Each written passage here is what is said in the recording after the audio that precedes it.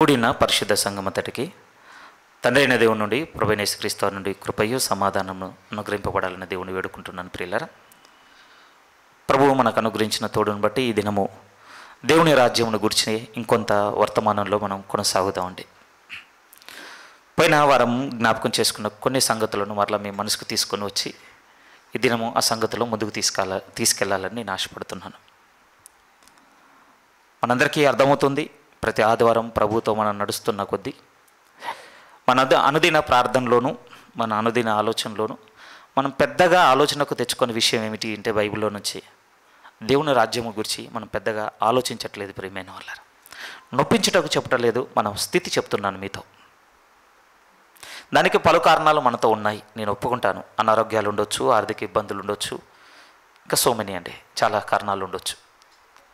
సరే, ఆ కారణాలన్నింటినీ పక్కకు పెట్టగలిగితే ఇప్పుడు మన మనసుకు తెచ్చుకొని నిజంగా ఒప్పుకోవాల్సిన మాట ఏమైనా ఉంది అని అంటే నిజమే, ఆయన రాజ్యము గురించి మనంత లోతుగా ఆలోచించటం లేదు. పోయిన వారము ప్రభు మనతో స్థిరంగా మాట్లాడి ఉన్నాడు.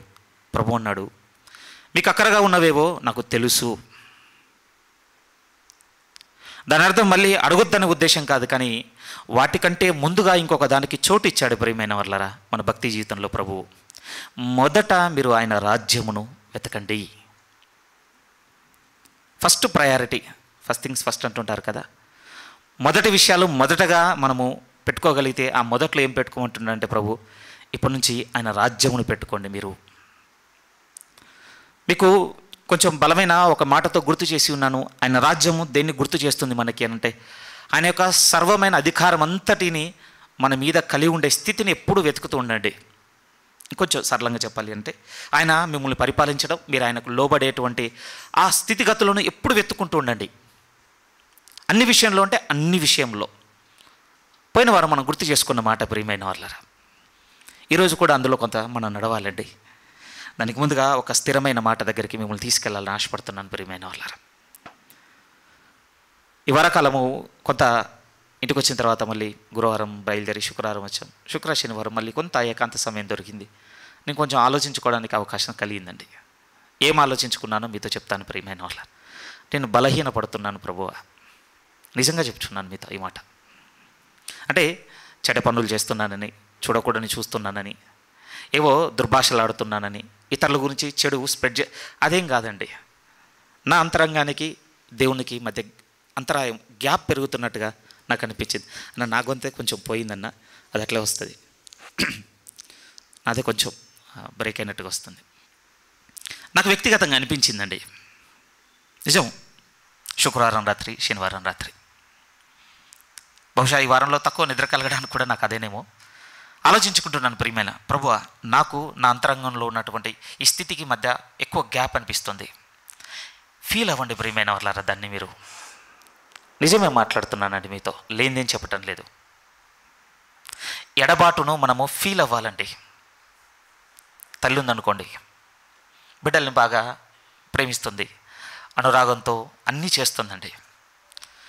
నిజంగా కుమారుడో కుమార్తె వారికి దూరంగా చదువు నిమిత్తమో లేకపోతే వెకేషన్ నిమిత్తమో ఏదో ఒక రీజన్తో కొంత వ్యత్యాసం వచ్చిందనుకోండి, దూరం పెరిగిందనుకోండి, ఆ తల్లి ఆ ఎడబాటును ఫీల్ అవుతుందండి. ఆ తండ్రి కూడా ఫీల్ అవుతాడు. ఎవరా చెప్పండి? ఖచ్చితంగా అవుతారండి. అలా ఫీల్ అవ్వడానికి రీజన్ ఏంటో తెలుసా? ఒకే ఒక పదం, ప్రియమైన ప్రేమ, అంతే, ఇంకేం లేదు అక్కడ. ఆ దూరాన్ని వారు ఫీల్ అవ్వడానికి రీజన్ ఏమిటంటే ప్రేమ. అదే ప్రేమ తండ్రి నుంచి మనం పొందుకున్నాం ప్రియమైన వాళ్ళారా, పరలోకపు దేవాది దేవుని దగ్గర నుంచి. ఎందుకు ఆ ప్రేమ ఈరోజు మనలో ఆ గ్యాప్ని ఫీల్ అయ్యేటట్టుగా చేయటం లేదు? రీజన్ చెప్పమంటారా?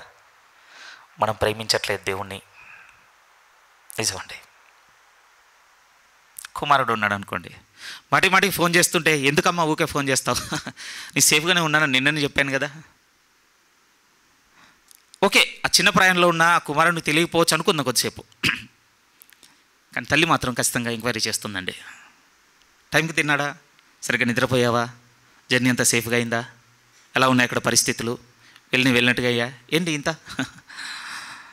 వారు ఆ ఎడబాటును వారు బాధగా ఫీల్ అవుతున్నారు. బహుశా నాకు కూడా ఈ వారంలో అది నూతనంగా కలిగిందండి. మనం దేవుని ఎడబాటును భావించాలి, ఫీల్ అవ్వాలి ప్రియమైన వాళ్ళారా. అలా ఫీల్ అయితే మరి నీకేం దొరికింది బ్రదర్? నాకు దొరికింది మీకు ఉపయోగపడుతుందన్న ఆలోచనతో ఈ మాట చెప్తున్నాను. మళ్ళీ దగ్గర అవ్వడానికి ఒక మాట స్థిరంగా మాట్లాడిందండి. ఆ మాట దగ్గర నుంచి ఈరోజు కొంత వర్తమానం మొదలు పెట్టుకొని సాగుదాం. గల్తీలకు రాసిన పత్రికలోనికి మీరు రాగలిగినట్లయితే ఒక పరిశుద్ధ లేఖనము దేవుడు ఎంత స్థిరంగా మనతో మాట్లాడుతున్నాడో మీరు చూడగలిగితే, గలతీలకు రాసిన పత్రిక 1వ అధ్యాయము, గలతీలకు రాసినటువంటి పత్రిక 1వ అధ్యాయము 4-5 వాక్యములు చదువుతున్నాను ప్రియమైన వాళ్ళారా. గలతీలకు రాసిన పత్రిక 1వ అధ్యాయం 4-5 వాక్యాలు. ఇక్కడ ప్రభు మాట్లాడుతూ అంటున్నాడు, మన తండ్రి అయిన దేవుని చిత్త ప్రకారము క్రీస్తు మనలను ప్రస్తుతపు దుష్టకాలంలో నుండి విమోచింపవలనని మన పాపముల నిమిత్తము తన్ను తాను అప్పగించుకొనెను. ఈ మాట బలంగా తగిలిందండి హృదయానికి. మనందరం చూడవలసిన లోతైన భావం ఉన్నది ప్రియమైన వాళ్ళారా. యేసుక్రీస్తు వారు మన పాపముల నిమిత్తము సిలువలో చనిపోయాడు అనేది మనం నమ్మామండి ఒకరోజు. అద్భుతము. ఆ సిలువ మీద మన అపరాధములన్నింటి శిక్షాఫలమైన భరించి ఉన్నాడు. వచ్చే తీర్పునంతటిని ఆయన మోసి మనల్ని నీతిమంతులుగా తండ్రి యొక్క శిక్షలో నుంచి మనల్ని బయటికి తీసుకొని వచ్చి మనల్ని నీతిమంతులను చేసి ఉన్నాడు. ఇప్పుడు మనం దేవునితో సంబంధం కలిగి ఉండటకు, దేవుని ముందు నిలబడుటకు మనల్ని అర్హులను చేసి ఉన్నాడని అన్నీ ఆత్మ సంబంధంగా ఆలోచన ప్రకారంగా నమ్మి దేవుని దగ్గర నిలబడ్డాం ప్రియమైన వాళ్ళారా. వాస్తవంగా చెప్పాలంటే ఇంకా ఎక్స్పీరియన్స్ అవ్వలేదండి దాన్ని మనం. ఇంకా ఎక్స్పీరియన్స్ అవ్వలేదు. ఎప్పుడు ఎక్స్పీరియన్స్ అవుతామంటే మనం మరణించాలి, రేపు దేవుని ముందు నిలబడే రోజు రావాలి ప్రియమైన వాళ్ళారా. అప్పుడు తెలుస్తుందండి యేసుక్రీస్తు వారు శిలువ మీద మనకు చేసింది ఏంటో కళ్ళకు కట్టినట్టుగా. ఇప్పుడు విశ్వాసంతో అంగీకరిస్తున్నాం, అవును నా దేవుని కుమారుడు ఈ లోకం మీదకి వచ్చి ఉన్నాడు, ఆయన నా నిమిత్తము మరణించి నన్ను నీతిమంతుని చేసి నా శిక్షా ఫలమంతా ఆయన భరించి నన్ను తండ్రి యొద్దకు తెచ్చి ఉన్నాడని ఇప్పుడు నేను నమ్ముతున్నాను. ఇప్పుడు నమ్ముతున్న మాత్రమేనండి, దాన్ని నిజం చూడలేదు. ఇంకా మనం ఎట్లుంటుందో అద్భుతంగా ఉంటుంది ప్రియమైన వాళ్ళారా. అది ఒక మాటే ఉంది. ఎందుకంటే అద్భుతం కంటే ఇంకేం పెద్ద పదం లేదండి చెప్పడానికి నా దగ్గర. అది ఇంకా దూరమే, మనకు ఇంకా చాలా దూరమేనండి, ఇంకా సంభవించలేదు. నిజం. ఆ దేవునికి మనం ఇప్పుడు కుమారులుగా ఆయన ఏక కుమారునితో సహవారసులుగా మనం చేయబడ్డాం అనేది ఇంకా మనము ఆ ఫ్రూట్ ఇంకా మనం పొందుకోలే, ఆ ఫలము ఇంకా అనుభూతి చెందటం లేదు ప్రియమైన వాళ్ళ. కానీ ఈ మాట నన్ను బాగా దగ్గరికి తీసుకొచ్చిందండి. అదైతే చాలా దూరం, కానీ ఇప్పుడు చాలా దగ్గరగా జరుగుతుంది. ఒకటి చేసేసాడట దేవుడు తన కుమారుని ద్వారా. ఏంటా ఒకటంటే, ప్రస్తుతపు దుష్టకాలంలో నుండి నిన్ను విడిపించాలని ఆయన చచ్చిపోయాడు అంటున్నాడండి. ప్రస్తుతపు దుష్టకాలంలో నుండి. ఎందుకు ఈ పదం నా హృదయాన్ని తాకిందంటే, ఇప్పుడు మనం ఇందులోనే ఉన్నామండి.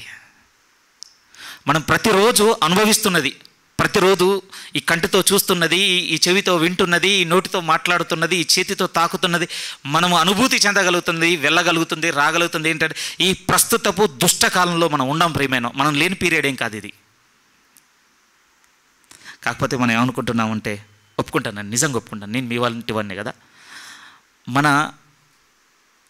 మన జాగ్రత్తలు కావచ్చు, లేకపోతే మన స్థితిగతులు, మనం పెట్టుకున్నటువంటి ఒక సెక్యూర్ ప్లేస్, ఒక మంచి జాబ్తో, ఒక మంచి చరస్థిరాస్తులతో, ఒక మంచి ఇంటితో, మంచి ప్రయాణ సౌకర్యంతో, ఆహారపు జాగ్రత్తలు, వీటన్నిటితో తీసుకున్నటువంటి ఈ జాగ్రత్తలన్నీ మనల్ని ఈరోజు చాలా మంచిగా ఉంచుతున్నాయని నీకు నాకు కలుగుతుందండి ఆలోచన. నిజమే. వాటి ఎందుకు ఉల్లసిస్తున్నాం ప్రియమైన వాళ్ళారా మనం. నిజమండి, వాటి ఎందుకు ఉల్లసిస్తున్నాం, నేనేం లేదనటం లేదు. కానీ బాగా లోతుకు తగిలిన మాట ఏమిటి అంటే, ఇవేవి కాదండి ఈ ప్రస్తుతపు దుష్టకాలంలో నుండి మనల్ని తప్పిస్తున్నవి. కొన్ని ప్రయాణాలు, ఆ ప్రయాణాల్లో ప్రమాదాలు, కొన్ని సంఘటనలు, కొన్ని గొడవలు, ఇవన్నీ చూస్తున్నప్పుడు అవన్నీ మీ జీవితంలో, నా జీవితంలో తలెత్తకపోవడానికి మనం ఏదో మంచి సర్కిల్ ఏర్పాటు చేసుకుని అందులో బతుకుతున్నామని మాత్రం మీరు అనుకోవద్దు ప్రియమైన వాళ్ళు, ప్లీజ్. అప్పుడప్పుడు వైరల్ అవుతుంటాయి కదండి. ఆ వైరల్ అయినవి చూసినప్పుడు ఇది నాకెందుకు అవటం లేదు,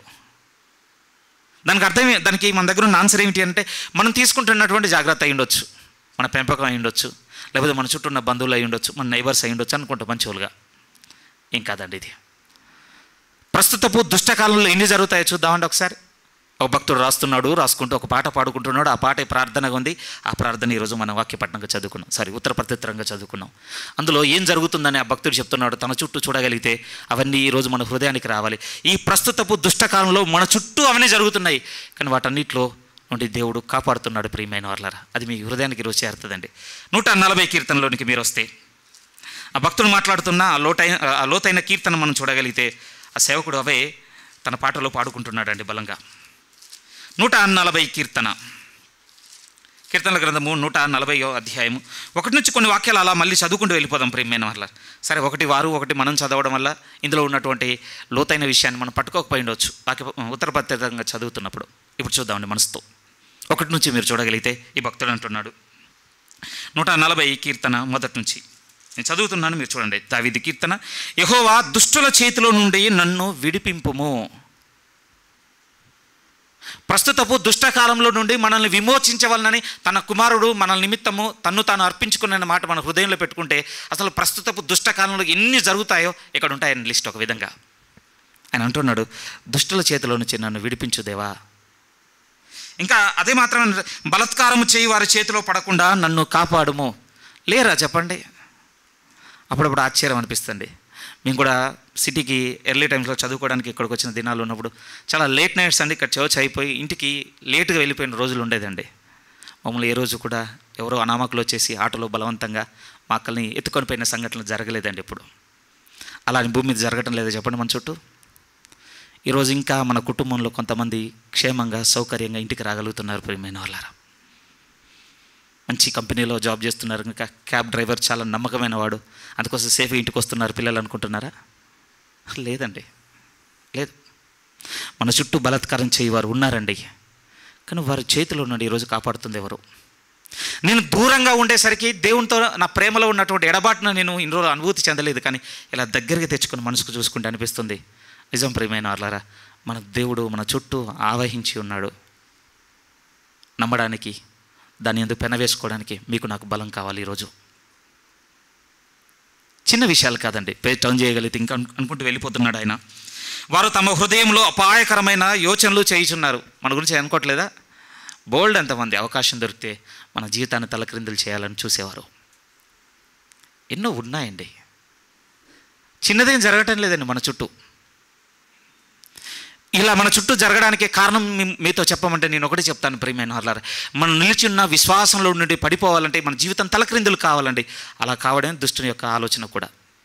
వాడు కూడా కోరుకుంటుంది ఏంటంటే మొదటగా మొదలయ్యాం కదండి, మనల్ని కడపటి వారిలో పడేయాలనుకుంటున్నాడండి వాడు. మొదటగా మొదలయ్యాం. నేను అంగీకరించి 10 ఏళ్ళు దాటిపోయింది, మీరు అంగీకరించి కూడా చాలా సమయం అయిపోయింది.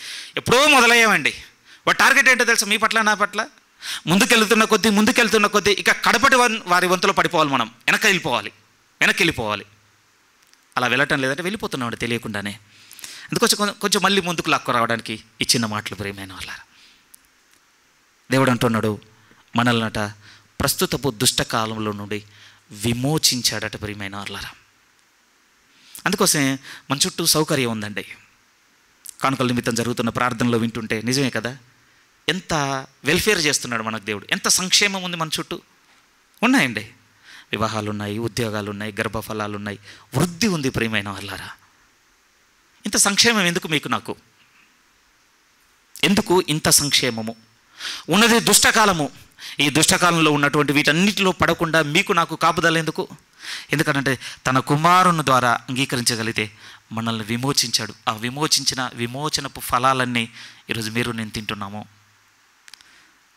ఎవరు దూరం చేస్తారు చెప్పండి? ఇలా ఆలోచిస్తే ఆ ప్రేమ నుంచి దూరం అవ్వద్దండి ఎట్టి పరిస్థితిలో. మీ మనసు నొచ్చుకోవద్దు, నేను మీ ఫేస్ మీదే చెప్పేస్తున్నాను. మన జాగ్రత్తలో మనం తీసుకున్నటువంటి మంచి నిర్ణయాలు ఇవేవి కావు ప్రియమైన వాళ్ళారా. అసలు లోకమే చెడ్డదైనప్పుడు ఇందులో మనం మంచిగా మాత్రం ఎలా ఉండగలం? ఇంపాసిబుల్ అంతే. ఈ చెడ్డ లోకంలో మంచిగా బతికింది ఒకే ఒకరటండి మానవ చరిత్రలో. ఈ చెడ్డ లోకంలో మంచిగా బతికింది ఒకే ఒక్కరు మానవ చరిత్రలో. ఆ ఒక్కరు సజీవుడైన యేసుక్రీస్తు వారు మాత్రమే. ఇంకెవ్వరూ మంచిగా బతకడానికి ఆస్కారమే లేని పరిస్థితులు అండి ఇవి. ఆయన దైవాంశ సంభూతుడు గనక, మానవ అతీతుడు గనక, మానవదారిగా వచ్చి దేవుని చిత్తమును నెరవేర్చినాడు గనక ఆయనకు మాత్రమే సాధ్యమైంది ప్రియమైన వాళ్ళారా. అందుకోసం మీ హృదయంలో ఉన్నటువంటి దీన్ని విరగొట్టాలన్న ప్రయత్నం అండి నా మనసులో. ఏమిటంటే ప్రయత్నం అంటే ఇప్పటి నుంచి మనం మరవకూడదు. ఈ దుష్టకాలంలో ఇంత మంచిగా మనం బతికే పరిస్థితులు ఉన్నాయంటే నమ్మండి, క్రీస్తు మన పాపముల నిమిత్తము మరణించిన కారణాన్ని బట్టి ఈరోజు ఈ దుష్టకాలంలో మనం బాగున్నాం. ఏం చేద్దాం బాగుండి మరి? నెక్స్ట్ క్వశ్చన్ రావాలి కదా, ఏం చేద్దాం బాగుండి? ఒకటే కనపడుతుందండి, ఇలా బాగున్నందుకు వారు చేసిందంతా కృతజ్ఞత కలిగి బ్రతికిన బతుకులు ప్రియమైన వాళ్ళు. అంతకుమించి ఇంకేమీ దేవుడు కోరలేదు మన నుంచి. ముందైతే మీ హృదయంలో నేను పెట్టాలనుకున్నటువంటి నా ఆలోచన ఏమిటి అని అంటే, దేవునితో ఉన్న ఈ ఎడబాటును సంపూర్తి చేసుకుందాం ప్రియమైన వాళ్ళారా. కొనసాగించవద్దు మనం ఎట్టి పరిస్థితిలో. ఆ ఎడబాటు పెరగనీయకండి ప్లీజ్. ఆ ఎడబాటు పెరుగుతుందని మీకు అర్థమైనప్పుడు వాక్యాన్ని ఆశ్రయించి ఏదో ఒక విధంగా దేవుని ప్రార్థన కలిగి ఒక రుజువును కోరుకుందాం ప్రియమైన వాళ్ళారా. మళ్ళీ నీ దగ్గరికి తీసుకుని వచ్చి నన్ను అతికేటట్టుగా చేసే ఒక రుజువు నాకు ఇవ్వు ప్రభువా. బహుశా నాకు తట్టిన ఈ మాట ఈరోజు మీకు తట్టకపోయి ఉండొచ్చు. ఈ 2 రోజులు నన్ను ఆదరించిన ఈ మాట నాకు తెలుస్తుందండి, నేను ఎన్నిటి నుంచి విడిపింపబడ్డాను.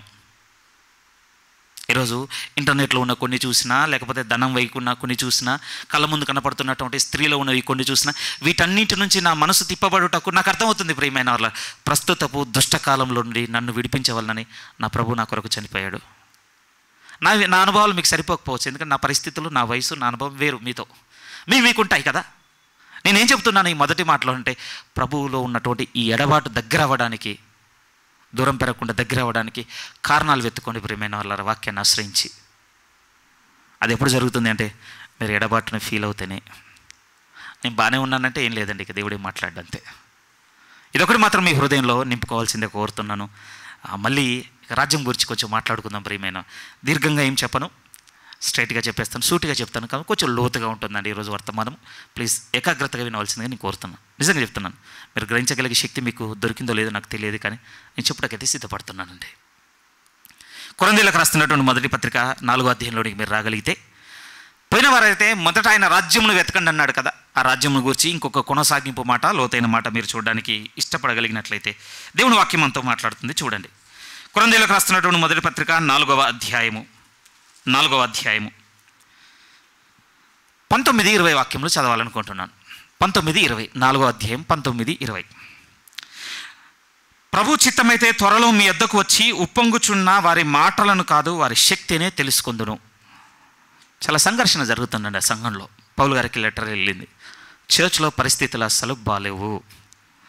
ఎందుకు బాలేవు అని అంటే, ప్రతి ఒక్కరూ అథారిటీ చేతిలోనికి తీసుకుంటున్నారు. మనిషి అధికారం దేంట్లో చూపిస్తాడో తెలుసా అండి? మాటల్లో. నిజమండి, మనిషి అధికారం దేంట్లో చూపిస్తాడంటే మాటల్లో. మీకు అర్థమవుతుండాలి నేను చెప్పే మాట. మీరు కూడా ఇంట్లో వాతావరణాన్ని చూడండి, మన అధికారాన్ని అంతటిని మన మాటల్లో చూపిస్తుంటామండి. పౌలు గారు కూడా అదే అంటున్నాడు. ఓహో, నా వరకు సమాచారం వచ్చింది అనంటే పరిస్థితి వేరుగా ఉంది, నేను రాబోతున్నాను. ఇప్పుడు నేను వచ్చి వారి మాటల్ని కాదు, వారి శక్తిని తెలుసుకుంటాను. ఎందుకంటే అధికారం అనేది మాటల్లో కాదు ప్రియమైన వాళ్ళ, శక్తిలో ఉంటుంది. ఇప్పుడు ఆ పదం మనకు అర్థం కాదండి. శక్తిలో ఉంటుందన్న కానీ సింపుల్గా అర్థం కాదు, చాలా నడవాలండి. ఈరోజు ఈ 40 నిమిషాల వర్తమానం కూడా మీకు అర్థం చేస్తుందని నేను అనుకోను, చాలా దూరం అండి ఆ మాట. వెంటనే 20 వాక్యంలో పౌలు గారు వెంటనే అంటున్న మాట ఏమిటంటే, ఆయన అంటున్నాడు, దేవుని రాజ్యము మాటలతో కాదు శక్తితోనే ఉన్నది. ఈ వాక్యం బలంగా మీ మనసులోకి తీసుకురావాలనుకుంటున్నాను ప్రియమైన వాళ్ళ ఈరోజు. సరే, ఇప్పుడు కొరింథీలో ఉన్న పరిస్థితుల కోసం పక్కకు పెట్టేద్దామండి. చాలా దూరం, మనకు 2000 సంవత్సరాల గ్యాప్. సాల్వ్ అయిపోయాయి, అవి ఎప్పుడు పరిష్కారం చూపించబడ్డాయి, అయిపోయింది. కానీ వారితో చెప్పిన తర్వాత పరిశుద్ధాత్మ దేవుడు తన సేవకుని బలపరుస్తూ చెప్పించిన లోతైన మాట ఏమిటంటే, దేవుని రాజ్యం ఏమనుకుంటున్నారు, మాటలతో ఉందా? లేదు. దేవుని రాజ్యం దేంతో ఉంది అంటే శక్తితోనే అన్నాడండి. ఈ పదం మనందరినీ ఈరోజు ఆలోచనలోనికి తీసుకెళ్ళాలి. ఆ తర్వాత ఈ పదంలోనికి నడిపించాలి మనల్ని. నిజం, ఎందుకంటే ఇప్పుడు మనందరం ఆ రాజ్యంలోనికి వచ్చేసాం. ఇంకొక లోతైన మాటతో చెప్పాలి, మనమే దేవుని రాజ్యం అండి. ఇప్పుడు నా ప్రశ్న, ఈ వాక్యంను బట్టి నన్ను అడిగింది, మిమ్మల్ని అడుగుతున్న ప్రశ్న ఏమిటంటే, ఆ శక్తి మీలో నాలో ఉందా? కేవలం మాటలే ఉన్నాయా మనలో? నేను దేవుని బిడ్డనన్న మాట కావచ్చు, నేను బాప్తీసం తీసుకున్నానన్న మాట కావచ్చు, నేను బైబిల్ చదువుతున్నానన్న మాట కావచ్చు, నేను అనుదినం ప్రార్థన చేస్తున్నానన్న మాట కావచ్చు, నేను ఆదివారం చర్చ్కి వెళ్తున్నానన్న మాట కావచ్చు, నా సంపాదనలో కొంత భాగం దేవునికి ఇస్తున్నానన్న మాట, ఇవన్నీ మాటలే. మళ్ళీ చెప్పమంటే మళ్ళీ చెప్తాను లిస్ట్ అంతా. ఇవన్నీ మాటలే. ఈ మాటల్లో తప్పుందని నేను అనటం లేదండి, నేను ముందే కరెక్ట్ చేసుకుంటున్నాను. నేను తప్పుందని చెప్పడం లేదు, కానీ నేను అడుగుతుంది ఏంటంటే, వీటన్నిటి వెనక శక్తి ఉందా మనలో? అది మీలోను కూడా నేను ప్రశ్నించటం లేదు ప్రియమైన వాళ్ళారు. నాకు తెలుస్తుంది నా స్థితి, మీకు తెలుస్తుంది మీ స్థితి. దేవుని వాక్యం నన్ను అడుగుతుంది ప్రేమ. ఇప్పుడు మనందరం దేవుని రాజ్యంగా చేయబడ్డాం కదా. ఆ రాజ్యం గురించి దేవుని పరిశుద్ధ గ్రంథం మనకు చెప్పిన మాట ఏంటంటే అది మాటలతో లేదట ప్రియమైన వాళ్ళారు, శక్తితో ఉంది. శక్తితో. నేను అడుగుతున్నది దేవుని తరపున, కేవలం దేవుని తరపున. ఆ శక్తి మనలో ఉందా ఈరోజు? శక్తి లేకుండా దేవుడు ఎక్కడ కూడా తన రాజ్యం అని చెప్పలేదండి. మీకు అర్థమైపోవాలి. వెంటనే దాన్ని వెనుకున్నటువంటి రెండవ స్టేట్మెంట్, మనం అంత తొందరగా నేను దేవుని రాజ్యంగా ఉన్నానని చెప్పుకోవడానికి అనర్హులము. ఒక కారణాన్ని బట్టి, మన యందు దేవుని శక్తి లేని కారణాన్ని బట్టి. మళ్ళీ కొద్దిసేపు వెనక్కి తీసుకెళ్ళాలనుకుంటున్నాండి. మళ్ళీ ఒకసారి ఎవరి దగ్గరికి వెళ్దాము అంటే మళ్ళీ ఏశావు దగ్గరికి వెళ్దామండి. ఎందుకంటే ఏశావు తన హక్కును పోగొట్టుకున్నాడని తెలియగానే ఆగిపోలేదండి. గ్రహింపుకి వచ్చిన తర్వాత అతను ఏం చేశాడని బైబిలే సాక్ష్యం ఇచ్చిందంటే మళ్ళీ వెతకడం ప్రారంభించాడట శ్రద్ధగా. మర్చిపోకుండా ఉండడానికి మళ్ళీ చదువుతున్న ఆ వాక్యాన్ని. హెబ్రీయులకు రాసిన పత్రిక 12వ అధ్యాయము. దయచేసి రండి 17-18 వాక్యాలు చదువుకుందాం. హెబ్రీయులకు రాసినటువంటి పత్రిక 12వ అధ్యాయము. హెబ్రీయులకు రాసినటువంటి పత్రిక 12వ అధ్యాయము 17-18 వాక్యములు మళ్ళీ చదువుతున్నాను. తనకు అర్థమైంది తను పోగొట్టుకున్నది. ఎంత చిన్నదాని కొరకు పోగొట్టుకున్నాడో కూడా ఆయనకు తెలిసిపోయింది. ఈ విధంగా మనకన్నా ఎక్కువ ఆశీర్వాదం దొరికిందండి ఏశావుకు. అట్లీస్ట్ తన తప్పును తెలుసుకోగలిగాడు. ఆశీర్వాదమే ప్రియమైన వాళ్ళు. ఒక సేవకుడు నేను చాలా ఇష్టంగా ఎక్కువగా నేర్చుకోవడానికి ఇష్టపడే సేవకుడు అంటుంటాడు, దేవుడు మనిషిని అత్యధికంగా ఆశీర్వదించే అంటే హయ్యెస్ట్ బ్లెస్సింగ్ ఏదైనా ఉంది అని అంటే ఆయన అనుభవంతో ఏమంటుంటాడు అంటే మనిషి తన తప్పును తెలుసుకునేటువంటి వెలుగు ఇవ్వడమే దేవుడు మనిషి చేసేటువంటి గ్రేటెస్ట్ బ్లెస్సింగ్ అంటాడండి ఆయన. నాకు చాలా ఆశ్చర్యం అనిపించింది. ఆ స్థాయికి ఎప్పుడు పోతానని ఎదురు చూస్తున్నాను కూడా. తన అనుభవంతో ఆయన చెప్పే మాట ఏమంటుంటాడంటే మనిషికి దేవుడిచ్చే ఉన్నతమైన దేంతో సరితుగా గొప్ప ఆశీర్వాదం ఏమైనా ఉంది అని అంటే ఆయన అనుభవంతో అన్నమాట ఏంటంటే తన తప్పును తాను తెలుసుకునేటువంటి వెలుగు పొందుకున్నట. ఆ కేటగిరీలో ఏశావు మన మీద చాలా ముందు ఉన్నాడు. పోగొట్టుకున్నానని అర్థమైందండి. ఒకసారి మిమ్మల్ని వెనక్కి తీసుకెళ్ళాలనుకుంటున్నాను మీ జీవితంలోనికి, బైబిల్లోనికి కాదు. ఎన్ని గ్రహించి ఉండొచ్చు ఇప్పటివరకు మనం? అలా అస్సలు గ్రహించటం లేదని నేను అనటం లేదు, కానీ ఆ సంఖ్య అధికం చేసుకుందామండి. దేవుడు మన తప్పుడు మనకు చూపించి వాటి ద్వారా మనల్ని గ్రహింపులోని నడిపిస్తాడుగా. అవును, ఇది నిజంగా నువ్వే చేసి ఉన్నావు. ఒకప్పుడు నీ పరిస్థితుల కొరకు X% వినో Y% వినో నువ్వు నెట్టేసావు, బయటపడ్డావు. పలానా వ్యక్తిని కారణంగా చూపించి బయటపడేసావు. పలానా ఇన్సిడెంట్నో లేకపోతే ఇంకేదో సంఘటన చూపించి బయటకు వచ్చేసాం. ఆ టైంకి అది మనకు సబబు అనిపించింది, రైట్ అనిపించింది. కానీ కొంతకాలం తర్వాత దేవుడు మనకు వెలిగించి చూపిస్తాడండి మన స్థితిని. అప్పుడు మనం గ్రహించి అవును ఇది నేనే చేశానని లోబడే స్థితి ఉంటుంది చూసారా, అది ఆశీర్వాదం అండి. ఇంకంతే. సామెతలో కూడా అంటాడు ప్రియమైన వాళ్ళ సొలొమోన్ గారు, అంటే తన తప్పును తెలుసుకోగలిగిన వాడు ఎవడున్నాడు అసలు? నిజమేనండి. ఆ మాట చదివినప్పుడు ఆశ్చర్యంగా ఉంటుంది. అసలు తను తప్పులు చేస్తున్నానని తెలుసుకోగలిగిన వాడు ఎవడు అన్న ప్రశ్న అడిగాడు అని అంటే అర్థం చేసుకోండి. ఎందుకంటే మన స్వభావంలో ఎలాంటిది ఉంది అని అంటే అంత తొందరగా మనల్ని మనం లోపరుచుకోమండి, లేకపోతే అడ్మిట్ చేసుకోం, అంగీకరించాం. ఏశావుకు అర్థమైంది ప్రియమైన వాళ్ళారా. ఆ తర్వాత తను చేసిందే మనకి ఇప్పుడు అవసరము. ఆయన అంటున్నాడు 17వ వాక్యం నుంచి చదువుతున్నాను. ఏశావు ఆ తర్వాత ఆశీర్వాదము పొందగోరి కన్నీళ్లు విడిచుచు దానికోసరము శ్రద్ధతో వెతికినను మారు మనస పొందని అవకాశము దొరకక విసర్జింపబడనని మీరు ఎరుగుదురు. ఇక్కడ కొంచెం ఒకవైపు మనకు హోప్ వస్తుందండి, ఇంకోవైపు మనల్ని వెంటనే కింద పడేసే విషయం కూడా ఉంది. మనకు హోప్ వచ్చేది ఏంటి అని అంటే మళ్ళీ శ్రద్ధగా వెతికితే దేవుడు కనికరిస్తాడన్నటువంటి నిరీక్షణ దొరుకుద్దండి. ఏశావు గురించి చదవగానే, రెండో మాట చదవగానే మళ్ళీ దొరకలేదట కదా అనగానే మళ్ళీ ఎక్కడ మొదలు పెట్టాలనుకున్నా అక్కడ ఆగిపోయే పరిస్థితి ఉంటుంది. బట్ ఏశావు పోగొట్టుకున్న దానికి మనకు చాలా వ్యత్యాసం ఉన్నది ప్రియమైన వాళ్ళ. ఏశావు ఏం పోగొట్టుకున్నాడంటే భౌతిక సంబంధమైన జ్యేష్ఠత్వ హక్కును పోగొట్టుకున్నాడు. ఒకసారి పోతే ఇక రాదు అది. కానీ ఇప్పుడు మన హక్కు ఏంటో తెలుసా? మన హక్కు ఏమిటి అని అంటే రేపు దేవుని రాజ్యంలోనికి మనం ప్రవేశించడం అన్న హక్కు మన కొరకు ఉన్నది ప్రియమైన. మన పౌరస్థితి పరలోకం అందరూ ఇంకా భూమి మీద ఉన్నాం, మనం పోవాల్సింది ఇంకా చాలా టైం ఉందండి, అవకాశం ఉంది. సో ఇప్పుడు మళ్ళీ ఏశావు వలె మనం మొదలుపెట్టిన ప్రియమైన వాళ్ళరా ఆయన పోగొట్టుకున్నట్టుగా మనం పోగొట్టుకోం. మన అవకాశము సద్వినియోగం చేసుకుంటాము. ఇప్పుడు మొదలు పెడితే ఇప్పుడు మొదలు పెట్టాల్సింది అంతే ఏమిటి అని అంటే ఒకటండి, దేవుని రాజ్యము శక్తితో ఉంటున్నాడు కదా, ఆ శక్తిని శ్రద్ధతో వెతకడం ఇక మొదలు పెట్టాలి ఇప్పుడు నేను. పోయిన వారం మొదట వెతకాలని సింపుల్గా చెప్పేశాను ప్రియమైన వాళ్ళారా, సింపుల్గా చెప్పేశాను. నాకు తెలిసి పోయిన వారం నుంచి ఈ వారం వరకు పెద్దగా వెరీ ఫ్యూ పీపుల్ అనుకుంటాను మంచి వచ్చలు. ఇప్పుడు ఒకవేళ నేను మీ చేతులు ఎత్తండి అని అంటే ఎంతమంది ఆ భయానికి ఎత్తడం లేదు, అడగటం లేదు. ఎందుకంటే అసలు ఎత్తకపోతే ఇంకా నేను కుంగిపోతానండి.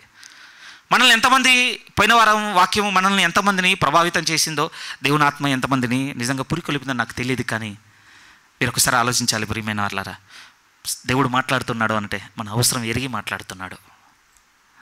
ఆ అవసరాన్ని మనం సద్వినియోగం చేసుకోకపోతే మన ఆపర్చునిటీస్ అయిపోతాయండి, అంతే. ఇంకా మన అవకాశాలు అయిపోతాయి. నిజమటండి, దేవుడు కూడా ఒక టైం తర్వాత ఇవ్వడట ప్రియమైన వాళ్ళారా. నేను తుయతైర పట్టణం గురించి మనం సంఘంలో మెడిటేట్ చేస్తున్నప్పుడు యెజబెల్ అనే ఆ స్త్రీ సందర్భం చెప్పినప్పుడు నేర్చుకుంది అదే ప్రియమైన. తాను మారు మనసు పొందుటకు నేను అవకాశం ఇచ్చి తిని కానీ, ఎందుకు ఒక కండిషన్లో మాట్లాడుతున్నాడు అక్కడ. అంటే మనం ఊపిరిపోయేంత వరకు అవకాశం ఇస్తాడనడానికి లేదండి, బైబిల్ దాన్ని సమర్థించడం లేదు.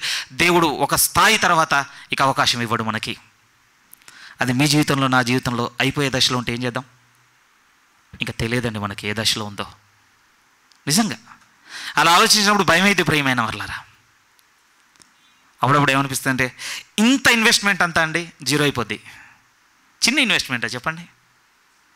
మన జీవితంలో కోల్పోయినవి కూడా ఉన్నాయి ప్రియమైన వాళ్ళ. లేవని ఎవరు చెప్పగలం చెప్పండి? ఆయన దగ్గరకు వచ్చామంటే కోల్పోతాం అంతే. ఇంకా కోల్పోయిన గాయాలు మీలో నాలో కొన్ని ఉన్నాయండి. కొంతమందిలో అత్యధికంగా ఉన్నాయి, ఇంకొంతమందిలో ఆ గాయముల కోసం ఇంకా ముందుకు సాగుతున్న జీవితాలు ఉన్నాయి మన సంఘంలోనే. కానీ నేనేమంటున్నాను అనంటే, ఆ అవకాశం యొక్క పరిధి మనకు తెలియకపోతే, దాని యొక్క వ్యాలిడిటీ మనకు తెలియకపోతే నిజం ప్రియమైన వాళ్ళారా అవన్నీ వ్యర్థమే. మనకు ఒకటైతే స్పష్టంగా అర్థమవుతుందండి, దేవుని రాజ్యము మనమని అంగీకరించగలిగితే ఆ రాజ్యంలో ఏముందటంటే శక్తి ఉందట ప్రియమైన వాళ్ళారా. ఆ శక్తి మనలో కొరబడుతుంది అనంటే నేను ఒకటే చెప్పదలుచుకుంటున్నాను, మళ్ళీ వెనక్కి వెళ్ళి శ్రద్ధగా వెతకడం మొదలు పెట్టాల్సిందే. ఇక మనం అవకాశం అంతా అయిపోయింది, ఇక మన ఆపర్చునిటీస్ అన్నీ బ్లాక్ అయిపోయాయని చెప్పడం లేదు నేను. ఏషావుకైతే లేదండి, బట్ మనకుంది ఇంకా. ఎందుకంటే ఏషావు టైంలోనండి పరిస్థితులు వేరుగా ఉన్నాయి. అసలు ఏషావు ఆ తర్వాత పొందుకోవాలనుకున్నది కూడా వేరు ప్రియమైన వాళ్ళ. మళ్ళీ ఆ జ్యేష్ఠత్వపు ఆశీర్వాదం కోసం ప్రయాణం చేశాడు తప్ప, సరే నా నుంచి కోల్పోయిన ఒక విధంగా మళ్ళీ ఇప్పుడు నీ చిత్తం ఏంటని అడిగిన దాఖలాలు లేవండి ఏషావు. అది వేరే స్టోరీ అయిందంతా. కానీ ఇప్పుడు అతను మనకెందుకు ఉపయోగపడతాడు అంటే, మళ్ళీ రీస్టార్ట్ చేసుకోవడానికి మన జీవితంలో ఉపయోగపడే మాట ఏముందంటే శ్రద్ధగా వెతకడం మొదలుపెట్టాడట ప్రియమైన వాళ్ళారా. దాని విషయంలోనికి మిమ్మల్ని నడిపించడానికి చిన్న ప్రయత్నం చేయాలనుకుంటున్నాను. లూకా సువార్తలోనికి మీరు వస్తే మళ్ళీ మన జీవితంలో శ్రద్ధగా వెతకడం ఏ విధంగా మొదలు పెట్టాలో చూద్దామండి. ఇది చాలా అవసరము. లూకా సువార్త 8వ అధ్యాయము. ప్రభు తను బోధిస్తున్నటువంటి బోధనా పద్ధతిని గురించి ఒక ఉపమానం చెప్తాడండి. విత్తువాడు బయలు వెళ్ళిన ఉపమానం. ఆ ఉపమానంలో అండి మత్తయ్య గారు ఎక్కువ సమాచారం చేర్చారు, అదే రీతిగా లూకా గారు కూడా చేర్చారు. కానీ మత్తయ్య గారు మిస్ చేసింది లూకా గారు ఆత్మతో రాసిన బలమైన మాట ఈరోజు మనకు కావాలి. ఎందుకంటే ఇక్కడ ఉన్నటువంటి వివరణ అండి మళ్ళీ మనం శ్రద్ధగా దేవుని శక్తిని వెతకడానికి మనకు ఒక మార్గం చూపిస్తుంది ఈ వివరణ. ఆ వివరణే ఈరోజు చూద్దాం ప్రియమైన వాళ్ళ. మనకు తెలిసి 8వ అధ్యాయం 9 నుంచి ఉందండి. 8వ అధ్యాయం 9 నుంచి 15వ వాక్యం వరకు మీరు రాసి పెట్టుకోండి. అంతా మనం చూడలేం కనుక మీరు తర్వాత మళ్ళీ ఇంటికి వెళ్ళి ఒకసారి ప్రూఫ్ రీడింగ్ చేసుకోవడానికి ఉపయోగపడుతుంది. లూకా సువార్త 8వ అధ్యాయం 9 నుంచి శిష్యులు అడుగుతున్నారు, ప్రభువా ఈ ఉపమాన భావం ఏమిటని ఆయన అడగగా ఆయన అంటున్నాడు, దేవుని రాజ్య మర్మములు ఎరుగుట మీకు అనుగ్రహింపబడి ఉన్నది, కానీ ఇతరులైతే చూచి చూడకయు వినియు గ్రహింపకయు ఉన్నట్లు వారికి మాత్రం ఉపమాన రీతిగా బోధింపబడుతుంది. దాని అర్థము ఇంకా సరళంగా చెప్పాలంటే ఆ శక్తి మీకు నాకు అనుగ్రహింపబడింది ప్రియమైన వాళ్ళారా గ్రహించడానికి. ఇతరులు మాత్రం గ్రహించకుండా వాళ్ళు దూరంగా ఉండడానికే ప్రభు ఏం చేస్తున్నాడట అంటే ఉపమానాలతో మాట్లాడుతున్నాడట. కానీ మనతో అంటున్నాడు మీకైతే అనుగ్రహింపబడి ఉన్నది. ఎలా అంటే కిందికి వచ్చేసరికి ఒకే థ్రెడ్ మీద పెడతాడండి దాన్ని. ఏ విధంగానంటే వాక్యం ద్వారా. ఇంకా కొంచెం సింపుల్గా చెప్తాను ప్రియమైన వాళ్ళ. దేవుని రాజ్యము ఇప్పుడు మాటలతో కాదు శక్తితో అంటున్నాడు కదా. దేవుని రాజ్యము శక్తితో నిండి ఉందని మీకు నాకు ఎలా తెలుస్తుంది అని అంటే ఈ వాక్యమును మనం ఆశ్రయిస్తేనే తెలుస్తుంది అంతే. ఇంకా మీరు ఆశ్రయించడం లేదండి నేను అన్నానండి. వస్తున్నారు, వింటున్నారు. నిజంగా అండి కొన్నిసార్లు నేనే ఆశ్చర్యపోతుంటాను. ఎంత బలంగా చెప్పినా, ఎంత కంప్లీట్ యూటర్న్ చేసుకొని చెప్పినా ఎలా ఓపికతో వింటున్నారు ప్రభు ఆ సంఘము. ఈ విషయంలో నేను సంపూర్ణమైన హృదయంతో మిమ్మల్ని ప్రోత్సహిస్తున్నానండి. నిజముగా మీరు వాక్యమునకు చెవి ఇచ్చిన రీతి మమ్మలను ఆశాంతము ఆశ్చర్యానికి గురి చేసింది ఈ 3 ఏళ్ళు సంపూర్ణంగా అండి. ఎందుకంటే మేము చేసిన గలిబిలంతా ఇంత కాదు, మాకు తెలుసు. కానీ మీరు నమ్మారు చూడండి, అది అద్భుతం అండి. అది కేవలం దేవుని శక్తి, దేవుని ప్రేరణ బట్టి జరిగింది. కానీ నేనేమంటున్నానంటే, మీరు మమ్మల్ని మాత్రం అంగీకరించడం మాత్రమే కోరుకోలేదు. మేము మీకు ఉపదేశించిన సంగతిలో ఉన్న శక్తి చేత మీరు పట్టబడాలి అనుకున్నాము. అది ఎలా సాధ్యమవుతుంది అంటే, ఈ ఉపమానంలో మీరు నేను నడవాలి. మనందరికీ తెలుసు ఆ ఉపమానం 4 భాగములుగా ప్రభు మాట్లాడి ఉన్నాడు. మొదటి భాగం అన్నాడు, 2వ భాగం అన్నాడు, 3వ భాగం అన్నాడు. ఈ 3 భాగములు ఫలించలేదండి, తుదకు ఫలించలేదు. ఒకటేమో త్రోవ పక్కన పడితే ఎత్తుకెళ్ళిపోయాయి పక్షులు, ఇంకోటేమో రాత్రి నేలన పడితే వాటికి నేల దొరకని కారణాన్ని బట్టి వేరు మొలవలేకపోయాయి, ఇంకోటేమో ముళ్ళ పొదల్లో పడ్డాయి. కానీ మొలిచాయి, బాగానే ఉంది, గ్రోత్ బాగానే ఉంది. కానీ లోకం కమ్మేసింది వారిని. ఐహిక విచారాలు, ధనమోహము, ఎంత పోరాడినా 3వ దాన్ని దాటలేని అనిపిస్తూ ఉంటుందండి నాకు చాలాసార్లు కొన్ని సంగతుల్లో. నిజం ప్రియమైన దేవుడు మనల్ని కొన్ని మానేయమంటాడండి స్థిరంగా. ఆ స్థిరంగా మానేయమని చెప్తున్న దగ్గర నిజంగా నాది ఎక్కడొచ్చి ఆగిందంటే 3వ స్టేజ్లోనే ఆగిపోయింది. నాకు కొట్టొచ్చినట్టుగా కనపడుతుందండి. నేను బద్దడు కొట్టలేనంత పెద్ద కోటగా కట్టుకున్నాను ఆ కోరికల విషయంలో. మీరు కూడా ఉండొచ్చు ఏంటి, ఉన్నారు కూడా. కొన్ని సంగతుల్లో మాత్రమే 3వది దాటి 4వ దాంట్లో పరిగెడుతున్నాం. కానీ ప్రభు ఉద్దేశం ఏంటంటే, సంపూర్ణంగా ఆయన శక్తిని ఎరిగే వారం అవుటకు ప్రభు ఏం చెప్తున్నాడంటే 4వ స్థాయి దగ్గరికి మనల్ని నడిపిస్తున్నాడండి. అదే మనం చూడాలి. రైట్, మీరు చూడగలిగితే 11వ వాక్యము, ఈ ఉపమాన భావం అనగా విత్తనము దేవుని వాక్యము. త్రోవ పక్క నుండి వారు వినువారు కానీ నమ్మి రక్షణ పొందకుండానట్లు అపవాది వచ్చి వారి హృదయంలో నుండి వాక్యం ఎత్తుకొని పోవును, పక్షులు ఎత్తుకొని పోవును అనేది ఉపమానంగా చెప్తున్నప్పుడు చెప్పాడు. కానీ ఇక్కడ వివరణిస్తే ఏమన్నాడంటే, దుష్టుడే వచ్చి తీసుకొని వెళ్ళిపోతున్నాడు, మీరు రక్షణను అంగీకరించకుండానట్లు. దీన్ని పాస్ అయ్యమండి. ఒకరోజు లోకంలో ఉన్న వాటి అన్నింటిని వదులుకొని యేసుక్రీస్తునందే నిత్య జీవం ఉన్నదని రక్షణ దొరుకుతుందని అంగీకరించి వచ్చేసామంటే మొదటిది పాస్ అయ్యి వండర్ఫుల్. 2వ దాన్ని ముందుకు తీసుకుని వెళ్ళి వెంటనే అంటాడు, రాత్రి నేల నుండి వారేమనగా 13 నుంచి చదువుతున్నాను, వినినప్పుడు వాక్యము సంతోషంగా అంగీకరించేవారు కానీ వారికి వేరు లేనందున కొంచెము కాలము నమ్మి శోధన కాలమున తొలగిపోవుదురు. మనకి చాలా గుర్తులు కనపడతాయండి 2వ స్టేజ్లో. లాక్డౌన్ దగ్గర నుంచి మరీ ఎక్కువగా ఉన్నాయి మనలో ఈ గుర్తులు. సంతోషంతో అంగీకరించిన వాళ్ళు ఉన్నాము ప్రియమైన వాళ్ళ. నేను అంగీకరించాను. ఒకరోజు సేవకులు మాట్లాడుతుండగానే, ఈ సంగతులు ఇలా పొరపడ్డానా, నేను వీటిని ఇలా అర్థం చేసుకోవాలా, వీటి కొరకు ఇలా ఎదురు చూడాలా, ఇలా కనిపెట్టుకోవాలా, ఇంత ఓపికతో దేవుని దగ్గర నుంచి పొందుకోవాలనేది సేవకులు చెప్తున్నప్పుడు అద్భుతంగా అనిపించి సంతోషంతో అంగీకరించానండి, నమ్మాను. నాకు టైం దొరకకముందే సంఘానికి కూడా అవకాశం దొరికేసింది ప్రియమైన వాళ్ళ. కలిసి జాయిన్ అయిపోయాం, సంతోషంతో అంగీకరిస్తున్నాం. దేవుని రాజ్యం ఇదా, పరిశుద్ధాత్మ దేవుడు ఇదా, రక్షణ ఇదా, బాప్తీసం ఇదా, మారు మనసు ఇదా, ప్రకటన గ్రంథం ఇదా, 2వ రాకడ ఇదా, అంత్య దినాలు, అన్ని సంతోషంతో అంగీకరించామండి, నమ్మాం. కానీ ఏం జరిగింది అనంటే, కొంతకాలం తర్వాత మళ్ళీ బలహీన పరిస్థితులు 2లో కొంతమంది ఆగిపోయారండి. మొదట్లాగినోనికి దేవుని శక్తి తెలియదు ప్రియమైన వాళ్ళారా, 2లో ఆగినోనికి దేవుని శక్తి తెలియదు. అలానే 3 ఎలా ఉంది అంటే, దీన్ని దాటుకొని ముందుకు వచ్చి వీళ్ళు ఏం చేశారంటే, నేల దొరికింది, చక్కగా మొక్క మొలిసింది, వేరులోనికి వెళ్ళింది, బలపడుతున్నారు అనగానే నెమ్మదిగా ఐహిక విచారములు అలుముకుంటున్నాయి. మీతో ముందుగా ఇంట్రడక్షన్లో ఒక మాట చెప్పాను కదండి, దేవుని నుంచి మన ప్రేమ తగ్గిపోయి దూరం పెరగడం ఒక ఐహిక విచారానికి బలమైన గుర్తు ప్రియమైన వాళ్ళరా. కాకపోతే ఏంటంటే, ఎవ్వరు కూడా మన వీపు తట్టి చెప్పలేదండి, నువ్వు ఐహిక విచారాల్లో చిక్కుకుపోయి ఉన్నావు, బయటికి రాని ఇప్పటివరకు ఎవరు చెప్పలే. మనం ఆదివారం మనకున్నటువంటి ఆ సమయాన్ని ఇస్తున్నాం కదా, లేకపోతే మన దగ్గర ఉన్నదాన్ని ఇస్తున్నాం కదా, లేకపోతే నేను ప్రేయర్ చేసుకుంటున్నాను కదా, ఏ కార్యం తలపెట్టినా ఎక్కడికి వెళ్ళాలనుకుంటే నేను ప్రేయర్తోనే బిగిన్ చేస్తున్నాను కదా, ఇంతకంటే నాకేం ప్రూఫ్ కావాలి నేను క్రిస్టియన్ అనడానికి?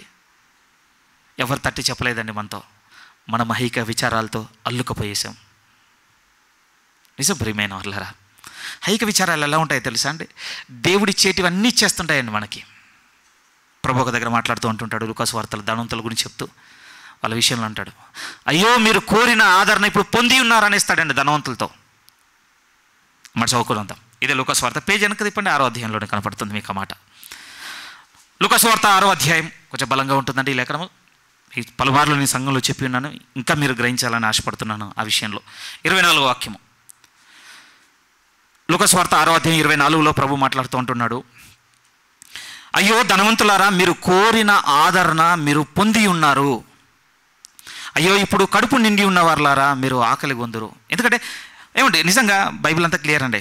ఆదరణ ఎవరి దగ్గర నుంచి అయినా వస్తుందంటే దేవుడే ప్రియమైన వాళ్ళారా. ఈరోజు ధనవంతులకు దేవుని దగ్గర నుంచి కాకుండా ఇంకొక దగ్గర నుంచి ఆదరణ మొదలైందటండి. ఎక్కడి నుంచి అంటే సింపుల్ చెప్పొచ్చు, మీరు నాకును సిరికిని దాసులుగా ఉండలేరు.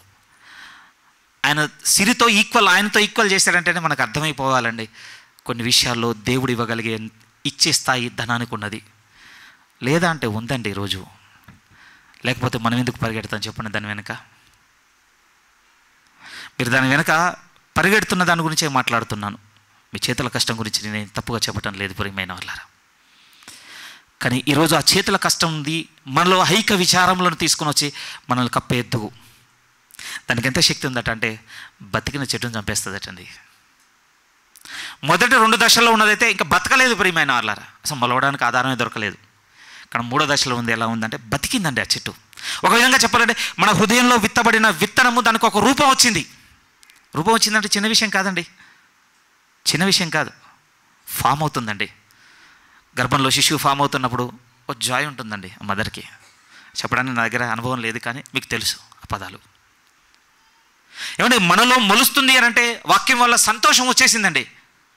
కానీ ఏం జరిగిందంటే హైక విచారాలు. నిజమంటే దీని విషయంలో నాకు దేవుని యొద్ద నుంచి బలమైన ప్రత్యక్షత లేదు, కానీ భయం అవుతుంది. ఎందుకంటే మళ్ళీ ప్రభు 2వసారి భూమి మీదకి వస్తున్నప్పుడు ఆయన మనుషుల్లో ఏది చూడొద్దు అనుకుంటున్నాడో అది కనపడడానికి కారణం ఏంటో తెలుసా అండి? మళ్ళీ హైక విచారాలే, ధనమోసమేనండి. నేను మళ్ళీ వస్తే విశ్వాసమే చూడని ప్రభు అంటాడు. ఎందుకు ప్రభు అంటే ఆయన రాకడ ముందు మనుషులు అందరూ ఎలా ఉంటారట అంటే మందులైపోయి ఉంటారటండి. ఈ హైక విచారాలతో మందులై, ఒక విధంగా జలప్రలయం వచ్చినప్పుడు నోవాహుకు అపోజిట్గా ఉన్న పీపుల్ అంతా ఏ విధంగానైతే జలప్రలయాన్ని గుర్తించలేనంత మందం అయిపోయారు. వాళ్ళ కళ్ళ ముందు పడట్లేదంటే వాళ్ళ కళ్ళ ముందు పడ్డదేనండి. వాళ్ళ ఇంట్లోకి వచ్చింది. వాళ్ళ ఇంట్లోకి మాత్రమే కాదు, వాళ్ళ ఇంటి పై భాగానికి ఎక్కింది. అవసరమైతే వాళ్ళకు ఉన్నటువంటి సమస్తాన్ని ముంచింది. కానీ అప్పటికి కూడా వారు అర్థం చేసుకోలేకపోయారండి, గ్రహించలేదు. అలా ఆలోచిస్తే చాలా లోతు ప్రియమైన వాళ్ళారా. హైక విచారాలు చాలా భయపడవలసినవండి. మనం అడగటం లేదండి ప్రేయర్లో, నిజం. అప్పుడప్పుడు పూర్వకాలపు సేవకుల వర్తమానాలు వారికి సంబంధించిన పుస్తకాలు చదివేంత వరకు నాకు స్ట్రైక్ అవ్వట్లేదండి. నిజమే కదా, ఈ హైక విచారాలతో నేను నింపబడ్డాను, దీని నుంచి విడుదల నేను అడగాలి కదా. ఒకరోజు నన్ను పురికొల్పారండి సేవకులు. ఈరోజు నా ద్వారా దేవుడు మిమ్మల్ని కూడా పురికొల్పుతున్నాడు. మనం 3వ దశలో ఆగిపోతే దేవుని రాజ్యంలో ఉన్న శక్తిని చూడలేం ప్రియమైన వాళ్ళారా. కానీ 4లోకి వచ్చేసరికి ఒక మార్గం చూపిస్తున్నాడండి. అద్భుతమైన మాటలు చదువుతున్నాను చూడండి. 8వ అధ్యాయం లూకా సువార్త 8వ అధ్యాయం 14 నుంచి మళ్ళొకసారి కిందికి అలాగే వెళ్ళిపోదాం. ముళ్ళ పొదలలో పడిన విత్తనమును పోలిన వారెవరనగా విని కాలము గడిచినా కొలది ఈ జీవన సంబంధమైన విచారముల చేతను ధన భోగముల చేతను అణిచివేయబడి పరిపక్వముగా ఫలింపని వారు. ఫ్రూట్ ఉండదు అని అనటం లేదండి, ఉంటుందట. ఉపయోగపడదా పండు? ఉపయోగపడదండి. ఎందుకంటే టైం దొరికింది, కాలము గడిచినా కొలది. ఆ వాక్యంతో మనం నడిచే సమయం దొరికిందండి మనకి. మీకు నాకు దొరికింది. నాకు 10 ఏళ్ళు దొరికింది ప్రియమైన వాళ్ళ, 12 ఏళ్ళు దొరికింది నాకు. మీకు కూడా చాలా సమయం దొరికిందండి. మనందరం ఆ వాక్యంతో నడవడానికి సమృద్ధికరమైన సమయం దొరికింది. కానీ మనం ఏం చేసామనంటే దాంతో నడవటం లేదు.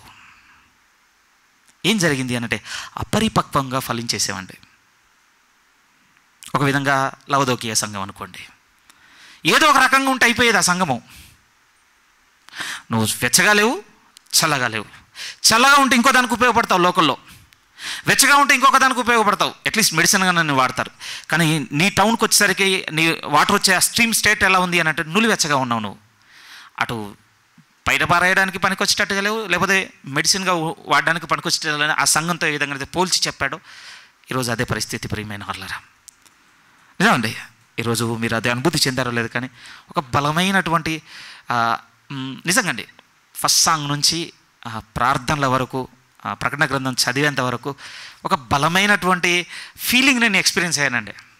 ఈరోజు అంటుంటారు హౌస్ఫుల్గా ఉందన్నట్టుగా, ఈరోజు చర్చ్ లైవ్గా ఉందండి.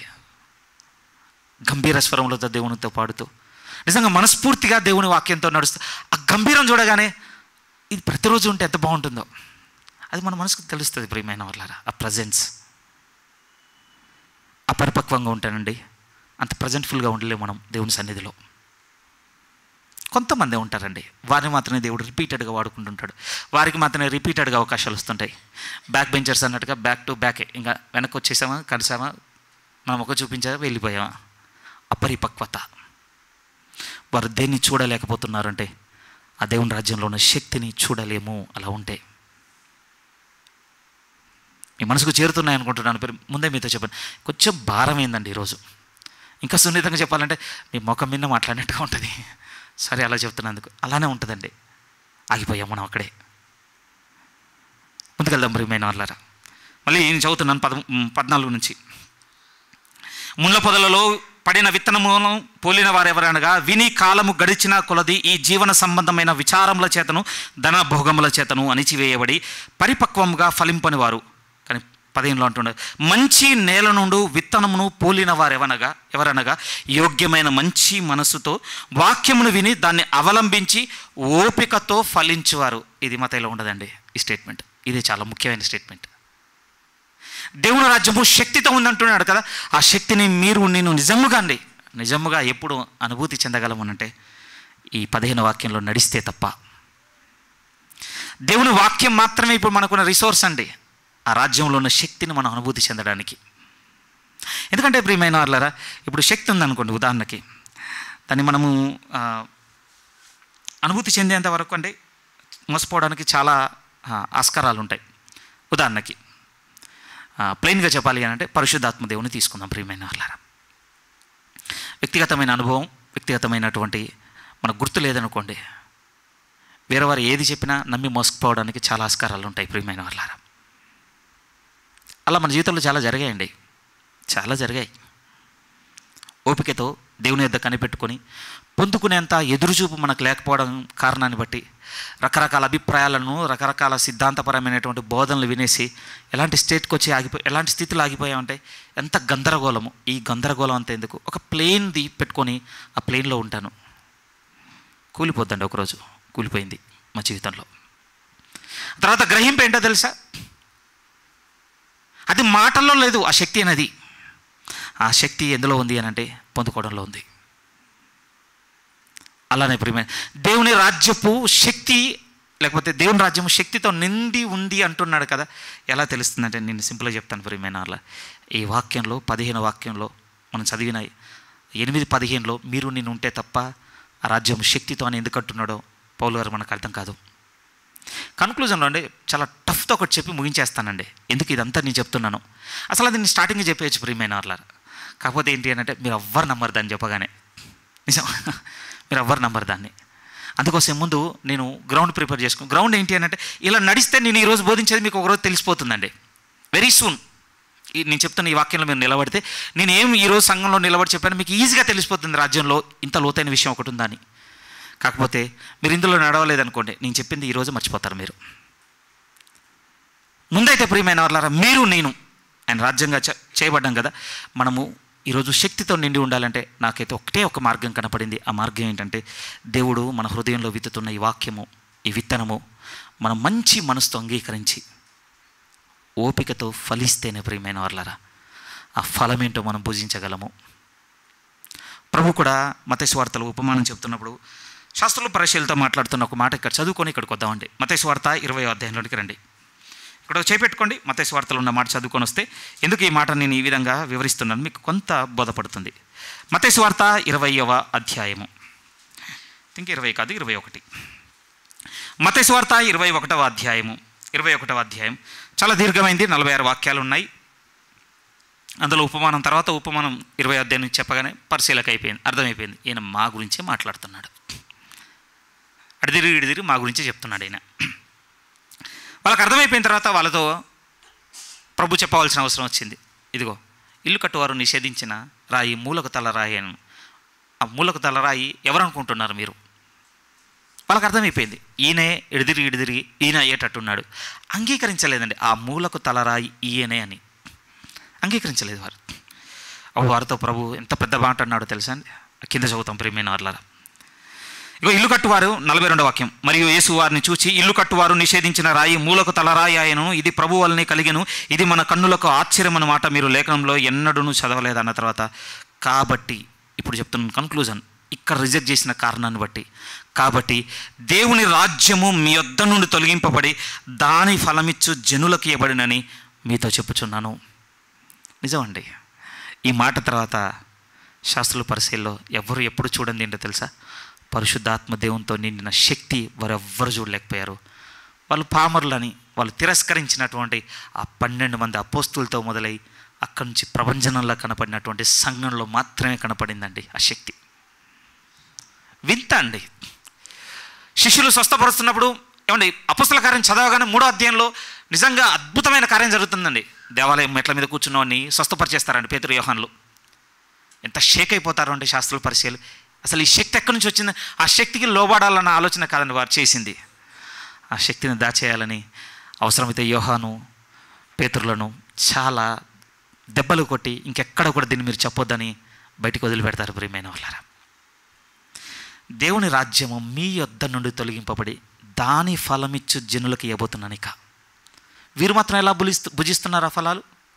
నేను ఏ సంగతులను అయితే వారికి చెప్పి వెళ్ళిపోయానో ఆ సంగతులను యోగ్యమైన మంచి మనసుతో విని ఓపికతో ఫలించినవారు ఆ ఫలాలలో ఏం దొరికింది వాళ్ళకి అంటే, నిజమండి, మీరు అంగీకరించాలి, నేను దేవుని రాజ్యం శక్తితో ఉందంటే ఏంటో ఫస్ట్ సెంచరీకి పోవాలి. ప్రియమైన వాళ్ళారు, మనం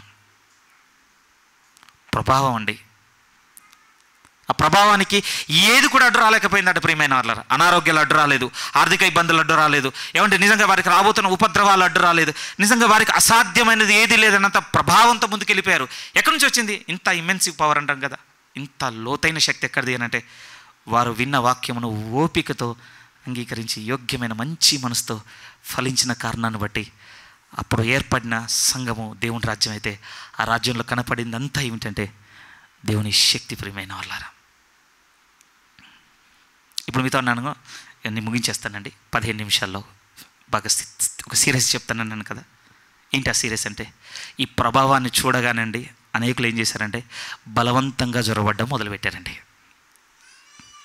ఆ ప్రభావాన్ని చూడగానే నిజమండి, మన దగ్గర లేదనుకోండి శక్తి. అంటే నాకు సరిగ్గా ఎగ్జాంపుల్ చెప్పడం రావటం లేదు, కానీ ఎలా ఉంటుంది ఏంటంటే, మనకు అవసరమైంది మన దగ్గర లేదు, ఇంకొకరి దగ్గర ఉందనుకోండి, చాలా నాగ్గా వాళ్ళ దగ్గరికి వెళ్ళిపోతామండి మనం. నిజం, దానికి మనం వేసుకునేటువంటి తొడుగు చాలా తెలివిగా ఉంటుందిలేండి. వంచన, బలాత్కారము. నిజం, ప్రభు చెప్పేశాడు ప్రియమైన వాళ్ళారా, ఇది మొదలుకొని ఇక పరలోక రాజ్యము బలాత్కారంగా పట్టబడుట మీరు చూస్తారు. అది ఇప్పటి నుంచే కాదు, ప్రవక్తలు చెప్పుకుంటూ వస్తున్నారు, బాప్తీసం ఇచ్చి యోహాను చెప్పి ఉన్నాడు, ఇప్పుడు నేను చెప్పి వెళ్ళిపోతున్నాను, ఆ తర్వాత మీరు కూడా కొనసాగిస్తారు దీన్ని. కానీ మీరు చూస్తారు స్థిరముగా. ఏం చూస్తారు అంటే, ఈ శక్తిని ఏ రకంగానైనాను మళ్ళీ పొందుకోవచ్చని లోపలికి వచ్చేవారు ఉంటారు. ఉదాహరణ మీకు కావాలా, గారడి వాడైన సీమోనే మనకు బెస్ట్ ఎగ్జాంపుల్. ఏమడిగాడు చెప్పండి? పేతురు దగ్గరకు వచ్చి తన వద్ద ఉన్న ద్రవ్యమంతయు పేతురు ముందు పెట్టి ఆయన అడిగింది ఏంటో తెలుసా? ఈ శక్తి నాకు ఇవ్వు. అప్పుడు పేతురు గారు చేసింది ఏంటంటే, నేను వచ్చిన మార్గాన్ని నీకు చెప్తున్నాను, ఈ మార్గం తప్ప నువ్వు ఆ శక్తిని నువ్వు అనుభూతి చెందడానికో లేకపోతే ఆ శక్తి ద్వారా నీ యందు క్రియలు కనపడడానికి ఇంకే దారి లేదు, ఇది ఒకటే దారి అని సీమోన్, గారడి వాడైన సీమోన్తో చెప్పగానే సీమోన్ ఏమన్నాడు తెలుసా? అవసరమైతే నా నిమిత్తం నువ్వే ప్రార్థన చేయి, నేనైతే చేయను అనేసాడు. బలాత్కారులు ప్రియమైన వాళ్ళారా. ఓకే, ఇప్పుడు మాకు ఒక క్వశ్చన్ రావాలి. ఎందుకు వస్తున్నారు వీళ్ళంతా? ఎందుకు వస్తున్నారు చెప్తానండి. మీతో వెరీ టఫ్ అండి, ఇది మీరు రిసీవ్ చేసుకోగలరా లేదో. ఎందుకు వస్తున్నారు మీరు చూడగలిగితే, మత్తయి సువార్తలో ఒక మిస్టరీ ఉంది ప్రియమైన వాళ్ళ. మత్తయి సువార్త 16వ అధ్యాయము. మనకు తెలుసు, ప్రభు ఫిలిప్పుదైన కైసరయ ప్రాంతంలోకి వచ్చినప్పుడు శిష్యులను అడుగుతున్నాడు, నా గురించి ఏమనుకుంటున్నారు? యెరూషలేములో నా గురించిన సంభాషణ ఏమిటి అంటే రకరకాలుగా అనుకుంటున్నారు. అప్పుడు ప్రభు మళ్ళీ అడిగాడు, మరి మీరేమనుకుంటున్నారు? నాతో ట్రావెల్ చేస్తున్నారు కదా. అందరు సైలెంట్గా ఉన్నారు, కానీ పేతురు మాత్రం అన్నాడు ప్రియమైన వాళ్ళ, ఎరకయ్య అన్నాడు, ఎరకలేక అన్నాడు, కానీ అవును ప్రభా, నువ్వు సజీవుడవైన దేవుని కుమారుడవు. అప్పుడు అన్నమాట, ఇగో ఈ మాట మీద లేకపోతే ఈ బండ మీద నా సంఘమును నేను కట్టుదును. మై చర్చ్ అన్నాడండి, ద చర్చ్ అనలేదండి ఆయన. అది కొంచెం ఇంపార్టెంట్ స్టేట్మెంట్, మనం తర్వాత చూస్తుందని సంగతి. నా సంఘాన్ని కడతాను. మీకు తెలుసా ప్రియమైన, ప్రభు సంఘం కానీ సంఘం కూడా భూమి మీద ఉందండి ఇప్పుడు. నిజం, నాకు భయం అవుతుందండి ఆ మాట వింటున్నప్పుడు, దానికి సంబంధించిన వర్తమానం గురించి వెతుకుంటున్నప్పుడు. అసలు నేను ఏ చర్చ్లో ఉన్నాను ఇప్పుడు? ప్రభువు చర్చ్ కానీ చర్చ్ కూడా ఉంది ఈరోజు. ఇంకా ఫ్యాక్ట్ చెప్పాలంటే దాంట్లోనికి బాప్తిసం తీసుకొని చేరుతున్న వాళ్ళే ఉన్నారు. ఆశ్చర్యం, నిజమండి. మీరు దానికి సంబంధించిన లేఖనం కావాలంటే ఇంటికాడ మీరు ఎక్సైజ్గా పెట్టుకొని చదువుకోండి. కొరింథీయులకు రాసినటువంటి 2వ పత్రిక 11వ అధ్యాయం చదువుకోవాలి మీరు. అందులో మీకు క్లియర్గా కనపడుతుంది పిక్చర్. ఎందుకంటే ఇక్కడ ఒక మాట చెప్పాడండి ప్రభు, ఇగో ఈ బండ మీద నేను నా సంఘమును కట్టుదును. ఎంత పవర్ఫుల్గా కడతాను సంఘాన్ని అనంటే పాతాళలోక ద్వారములు ఏవి కూడా దాని ముందు నిలవలేరు. ఈ బాగుంటుందండి. కింది స్టేట్మెంట్ అండి, ఈరోజు భయం కలిగించే స్టేట్మెంట్. కింద వెంటనే అంటుంటాడు ప్రభు. ఆ మాటలు మీరు చూడగలిగితే 18 నుంచి చదువుతున్నాను. 18-19 అంటున్నాడు, మరియు నీవు పేతురువు, ఈ బండ మీద నా సంఘమును కట్టుదును, పాతాళలోక ద్వారములు దాని ఎదుట నిలవనేరవని నేను నీతో చెప్పుచున్నాను. పరలోక రాజ్యం యొక్క తాళపు చెవులు నీకు ఇచ్చేదను. ఈ పదం చూడండి, నీవు భూలోకమందు దేన్ని బంధించుదో అది పరలోకమందు బంధింపబడును, భూలోకమందు నువ్వు దేన్ని విప్పుదో అది పరలోకమందు విప్పబడునని అతనితో చెప్పాను. ఏంటని ఈ మాటల యొక్క అర్థము? నీకు ఎంత ఇస్తున్నానంటే లిటరల్గా పరలోక రాజ్యం యొక్క ఒక విధంగా ముందు నమ్మునంత ఈ భూమి మీద నేను ఏర్పాటు చేస్తున్నాను. దాని కీస్ నీకు ఇస్తున్నాను.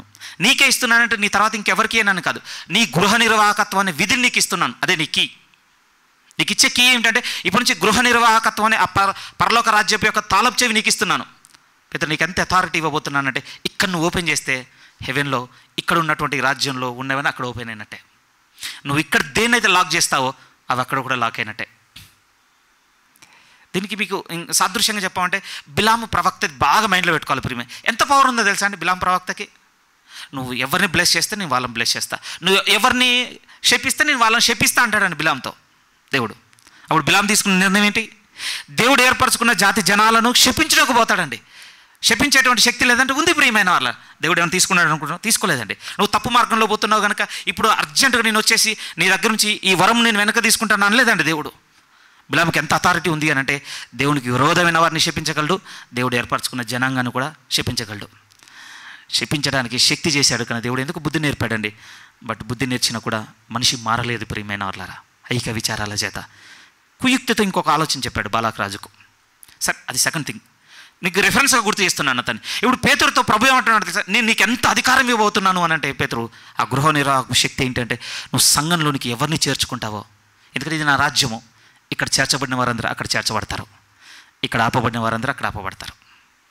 ఇప్పుడు బాగా వినండి, ఈ పాయింట్ వెరీ వెరీ ఇంపార్టెంట్. ఎందుకు పరలోక రాజ్యము బలాత్కారంగా పట్టబడ్డం మొదలైందో తెలుసా? ఇక్కడ చేరిపోతే అక్కడ చేరిపోయినట్టే అనుకున్నారండి. ఉందండి, ఆ రిఫరెన్స్ అలానే ఉంది. నిజం అండి, నేను ముందే చెప్తున్నాను. ఇది కంప్లీట్లీ అంటే ఇప్పుడు మీరు రిసీవ్ చేసుకోకపోయినా పర్వాలేదు, బట్ నేను ముందు మీతో చెప్పాను. ఆ శక్తిని ఎరగడానికి దేవుడు నాకు నేర్పించిన మార్గంలో మనం నడవాలి. వెరీ సీరియస్ అండి అది మాత్రం.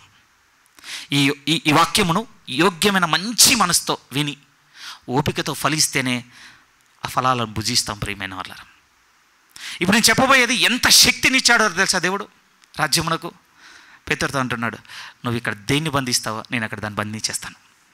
నిజమండి, పేతురు గారు ఆయన బతుకున్నప్పుడు ఆయన గృహ నిర్వాహకత్వంలో జరిగించి ఆయన వేటిని అయితే సంఘంలోనికి రాకుండా బంధించేశాడో అవి శాశ్వతంగా పరలోకంలోనికి రాలేదు.